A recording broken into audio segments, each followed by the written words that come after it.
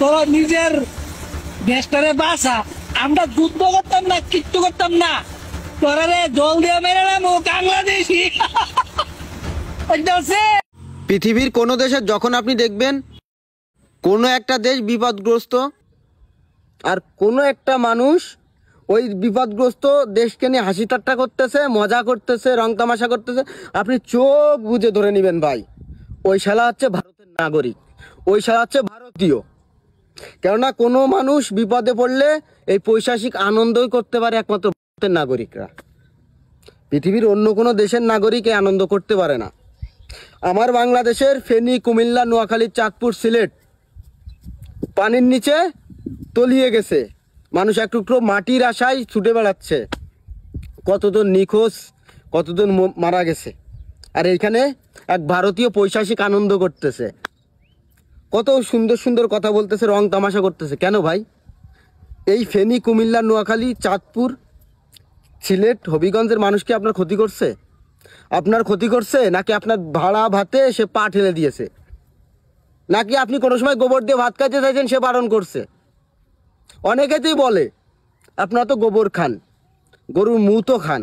কই, আমরা এগুলো নিয়ে কথা বলি ভাই? আমরা এগুলো নিয়ে কথা বলি? আমরা কখনো বলি না। কারণ আপনি মানুষ, আপনি মানুষ, আপনি পশু না। আমরা আপনাদেরকে সম্মান করি, আপনাদেরকে ভালোবাসি। অনেক ভারতীয় ভাই এবং বোন আমার ভিডিও দেখে, আমার সাথে অনেকের কথা হয়।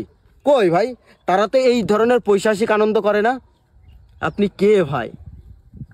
হ্যাঁ, কেন আপনার দেশের নামটা ডুবাচ্ছেন? আপনার দেশের একটা ঐতিহ্য আছে, দেশের একটা সংস্কৃতি আছে, দেশের মানুষের একটা সম্প্রীতি আছে, এটা ধরে রাখুন না, এটা ধরে রাখুন। মানুষের বিপদ দেখে হাসাহাসি করবেন না ভাই। আমাদের সম্প্রতি সময় আমাদের দেশে যখন অন্তর্বর্তীকালীন সরকার গঠন হলো, তখন কি হলো? বাংলাদেশের মুসলিমরা হিন্দুদের নির্যাতন করতেছে, এই কথাটা উঠছে।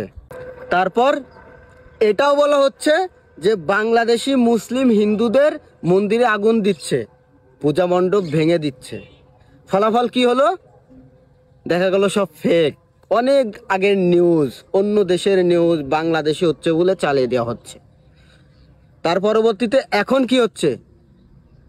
আমাদের ফেনী, কুমিল্লা, নোয়াখালী, চট্টগ্রাম, সিলেটে মন্দির ডুবে গেছে না? মন্দির ডুবে গেছে না? কই ভাই, আপনারা তো আওয়াজ তুলতেছেন না। যখন বাংলাদেশে মন্দির ভাঙা হচ্ছে, হিন্দুদের নির্যাতন করা হচ্ছে বলে আপনারা ফাল পাড়তেছেন, আপনারা লাফালাফি করতেছেন। কই, এখন তো আমাদের বাংলাদেশের ফেনী, কুমিল্লা, নোয়াখালী, চাঁদপুর এইসব অঞ্চলের মন্দির তো ডুবে যাচ্ছে, আপনারা কথা বলছেন, আপনারা আওয়াজ তুলতেছেন না কেন? কেন বাংলাদেশের মন্দির ভেসে যাচ্ছে? কেন মন্দির ভেঙে যাচ্ছে? কেন পূজা মণ্ডপে পানি? এই কথাগুলো কেন বলতেছেন না এখন? কারণ এখন আপনারাই পানি দিয়েছেন ভাই। এখন আপনারা কথা বলতে পারবেন না, কারণ আপনারা সঠিকটা বলতে পারেন না।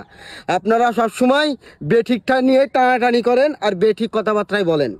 সঠিক, সুন্দরভাবে, সাবলীলভাবে কোনো কথা বলতে পারেন না যুক্তি দিয়ে। অযৌক্তিকভাবে অসুন্দর মিথ্যা কথাকে আপনারা ছড়িয়ে দিতে পারেন, এইগুলো ঠিক না ভাই। তো এই যে পৈশাচিক আনন্দ, এগুলো বন্ধ করতে হবে। এটা ঠিক না ভাই, এটা ঠিক না। ভালো থাকবেন।